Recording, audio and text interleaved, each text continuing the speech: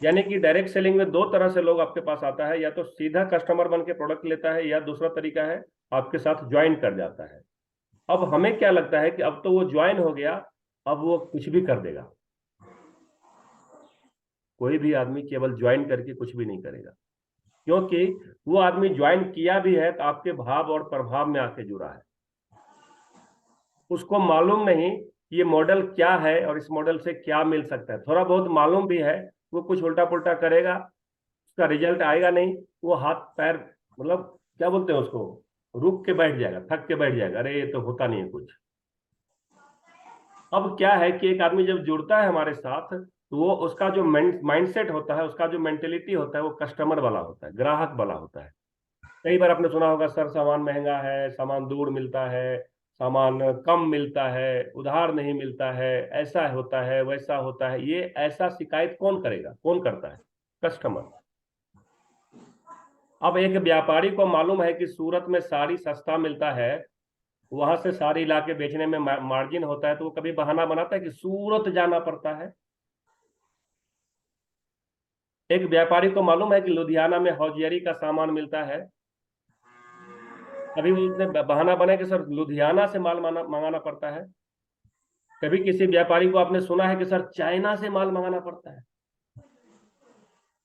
कभी सुना किसी व्यापारी ने शिकायत किया हो कि सर माल चाइना से मंगाना पड़ता? बोलता और खुश होता है, सर चाइना का माल में मार्जिन ज्यादा है। होता है कि नहीं होता है ये?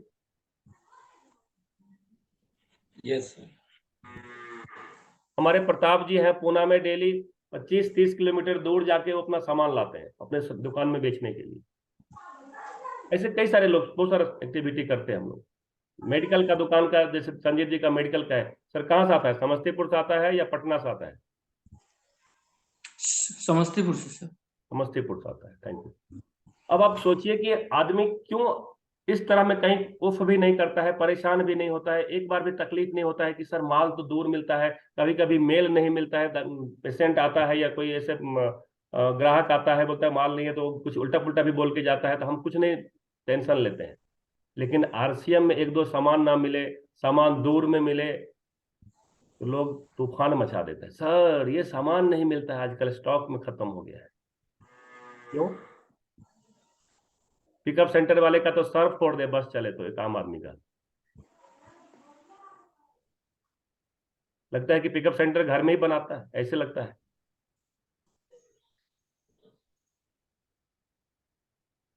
मामला को समझना पड़ेगा।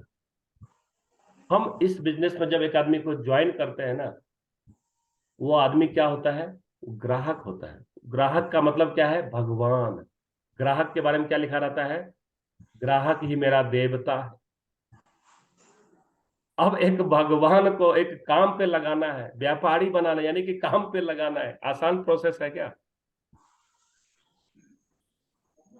बात को समझ में आ रही है कि नहीं समझ में आ रही है? एक आदमी ग्राहक माइंडसेट से इस बिजनेस में जुड़ा, उसका विश्वास है कि हम ग्राहक है, अच्छे ग्राहक बन सकता है वो, उसको एक प्रोसेस में गुजारना पड़ेगा। अच्छा, चिप्स जो बनता है आलू का, आलू को तो आप ऐसे खाएंगे, क्या चिप्स कहलाएगा वो? उसका कोई दाम है क्या? 10 रुपए किलो बिक जाता है आलू। लेकिन जब उसी आलू को प्रोसेस किया जाता है, तो वो आलू बाद में 400 रुपए किलो एज ए चिप्स बिकता है, बड़ी बड़ी ब्रांड उसको बना के बेचता है। तो दोस्तों, डायरेक्ट सेलिंग इंडस्ट्री में जब हम किसी पर्सन को अपने साथ एसोसिएट करते हैं, क्यों नाम रखा गया है एसोसिएट? हमारे साथ उसको साथ में लाना, एसोसिएशन बनाना, संगठन में लाना, राइट? जब हम उसको एसोसिएट बायर बनाते हैं, हम खुद बायर हैं और उसको भी एसोसिएट कर लिए, तो दोनों मिलकर एसोसिएट हो गए। जब हमने एसोसिएट बायर उसको बना दिया, अब उसको एक कंप्लीट प्रोसेस में लेके जाना पड़ेगा, तो वो व्यापारी बनेगा, तो वो आपके साथ इस काम को आगे बढ़ाएगा। अगर सही तरीके से कंप्लीट प्रोसेस को जान के और उसको पूरा फॉलो करके हम एक आदमी के साथ ट्रीट करें, तो 90% चांस है कि वो व्यापारी बन जाएगा। कितना परसेंट? 90%, 90%। 90%। लेकिन अगर हम उसको सही प्रोसेस में नहीं गुजारेंगे, तो सिर्फ 10% चांस है कि वो आपका व्यापारी बनेगा। आज का जो रेशियो है डायरेक्ट सेलिंग में, आप 100 लोगों को ज्वाइन करते हैं तो 10 लोग आपके साथ इसमें काम को आगे बढ़ा पाता है। सही है ये? जी सर। तो बाकी 90 कहाँ गया भाई साहब? 90 लोग किधर गया? वो पोस्ट ऑफिस में जाके चिट्ठी बांट रहा है। क्या सुरेंद्र सर सही कह रहा हूँ? वो 90% जी सर। चिट्ठी ही बांटता है ना, आरसीएम खराब है, आरसीएम बेकार है, हमने भी किया है, हमने कभी उसको छोड़ दिया था, मैंने करके देखा है। क्या क्या नहीं बोलता है, लोग बोलता है कि नहीं बोलता है? जी सर। जी सर। ये मैसेज देना ही है ना, ये मैसेज तो दे रहा है, और क्या कर रहा है? चिट्ठी दे रहा है। जी जी। उन्हीं लोगों को हमको समझाना है। नहीं नहीं, वो क्यों हुआ है? वो हम जैसे आप जैसे लोगों ने उनको सही प्रोसेस में नहीं गुजारा है, इसीलिए वो ऐसा कर रहा है। जी राइट सर।